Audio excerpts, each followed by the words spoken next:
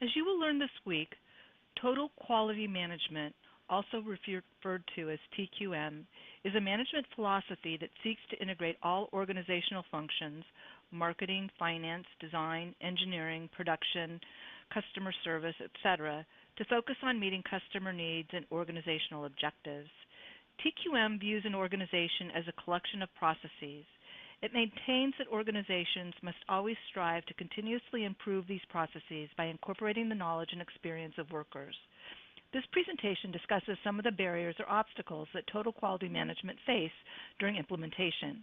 By understanding these barriers, you can better mitigate risks in your project planning process. This discussion will explore many factors impacting the successful adoption of total quality management, ranging from competition to lack of customer focus to lack of management commitment. A competitive market is a driving force behind many of the other obstacles to quality. One of the effects of a competitive market is to lower quality standards to a minimally acceptable level. This barrier to quality is mainly a mental barrier caused by a misunderstanding of the definition of quality. Unfortunately, too many companies equate quality with high cost. Their definition leads to the assumption that a company can't afford quality. A broader definition needs to be used to look at quality not only in the company's product, but in every function of the company. All company functions have an element of quality. If the quality of tasks performed is poor, unnecessary cost is incurred by the company and ultimately passed to the customer. TQM should work by inspiring employees at every level to continuously improve what they do, thus rooting out unnecessary costs. Done correctly, a company involved with TQM can dramatically reduce operating costs. The competitive advantage results from concentrating resources, the employee's brain power, on controlling costs and improving customer service. The competitive environment, poor management practice, and a general lack of higher expectations have contributed to unproductive and unhealthy attitudes. These attitudes often are expressed in popular sayings such as, "It's not my job," and "If I'm not broke, don't fix it."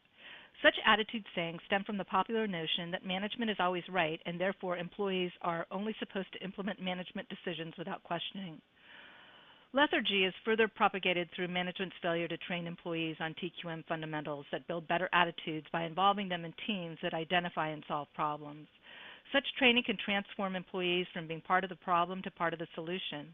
This will foster motivation and creativity and build productive and healthy attitudes that focus employees on basic fundamentals such as keeping customer needs in mind, constantly looking for improvements, and accepting personal responsibility for their work. Excess layers of management quite often lead to duplication of duty and responsibility. This has made the lower employees of an organization to leave the quality implementation to be a management's job. In addition, quality has not been taken as a joint responsibility by the management and the employees. Coupled with the notion that management is infallible and therefore it is always right in its decisions, employees have been forced to take up peripheral roles in quality improvement.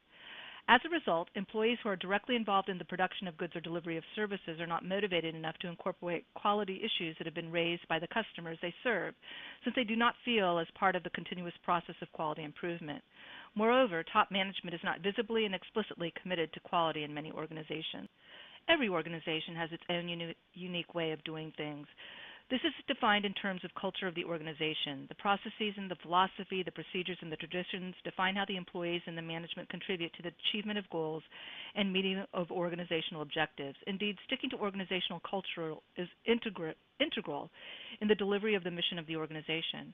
However, culture has to be reviewed, and for that matter, readjustments have to be done in tune with the prevailing economic, political, social, and technological realities so as to improve on efficiency. Inadequate cultural dynamism has made total quality implementation difficult because most of the top-level management of many organizations are rigid in their ways of doing things. Since most companies do not involve quality in their strategic plan, little attention is paid to TQM in terms of human and financial resources. Much of the attention is drawn to increasing profit margins of the organization with little regard as to whether their offers supply to customers is of expected quality.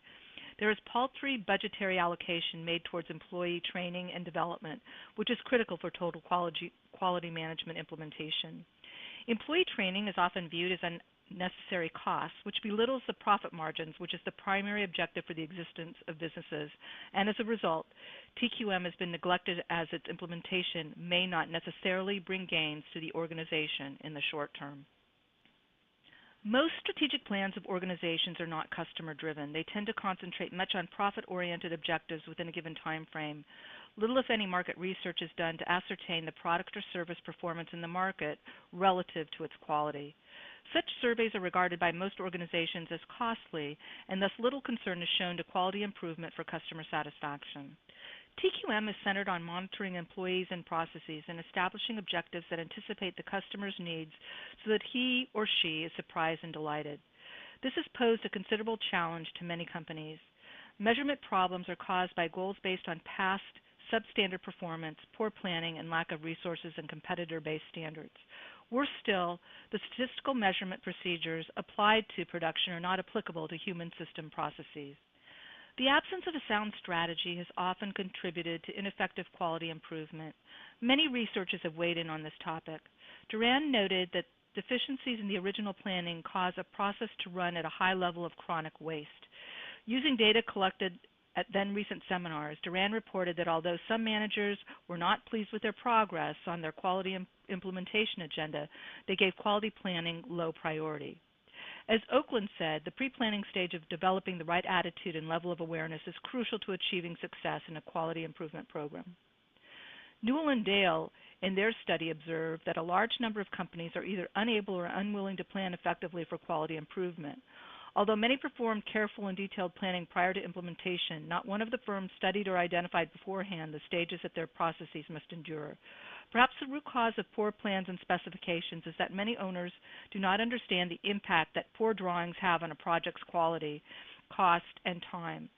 Regardless of the cause, poor plans and specifications lead to a project that costs more, takes longer to complete, and causes more frustration than it should. Companies using TQM should always strive toward impressing upon owners the need to spend money and time on planning. If management took reasonable time to plan projects thoroughly and invest in partnering to develop an effective project team, a lot could be achieved in terms of product performance, as these investments in prevention-oriented management can significantly improve the quality of the goods or services offered by an organization. A quality implementation program will succeed only if top management is fully committed beyond public announcements. Success requires devotion and highly visible and articulate champions. Here the researchers weigh in. Newell and Dale found that even marginal wavering by corporate managers was sufficient to divert attention from continuous improvement. Additionally, Shine reported that the U.S.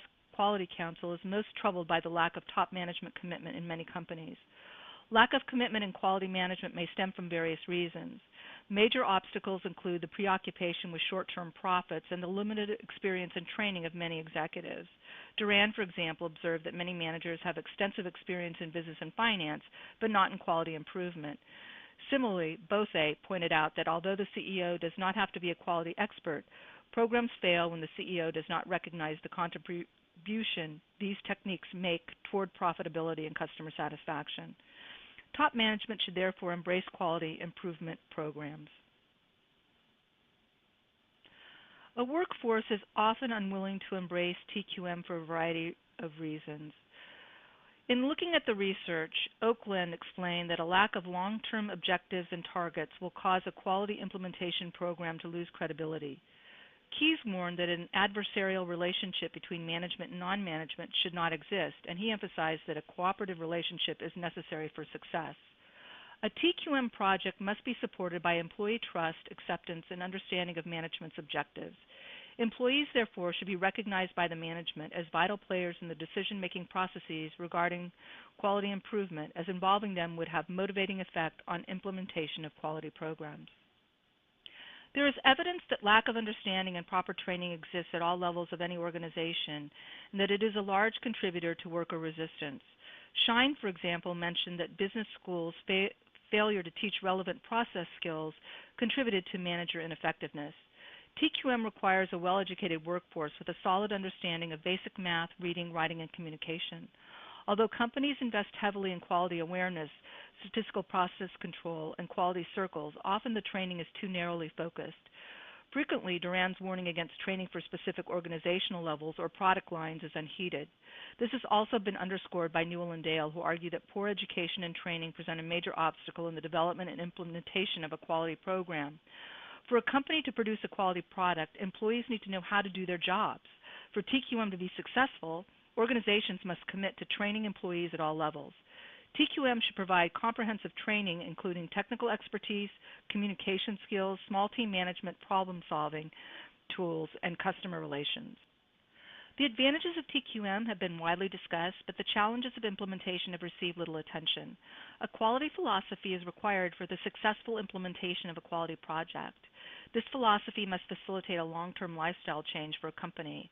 Commitment of top management is essential. Substantial inflow of resources, adequate training, workforce participation, and effective measurement techniques are some of the key success factors. A successful TQM program is unique, and it should motivate middle management to focus on long-term strategies rather than short-term goals. Teamwork is the key to involvement and participation. Groups should be encouraged to work closely and effectively and should focus on quality improvement and customer satisfaction. All organizations should focus on the following for successful TQM implementation. First, they should create a consistency of purpose toward improvement of the product and service so as to become competitive, stay in business, and provide jobs. Second, they should cease dependence on mass inspection, require instead statistical evidence that quality is built on. Third, adopt the new philosophy. We are in a new economic age. We no longer need to live with commonly accepted levels of delay, mistake, defective material, and defective workmanship. Fourth, we need to improve the quality of incoming materials. We need to end the practice of awarding business on the basis of price alone. Instead, we need to depend on meaningful measures of quality along with price. And finally, 5, we need to find the problems and constantly improve the system of production and service. There should be continual rise in productivity and a decrease in costs. The following is the reference used in the preparation of this presentation.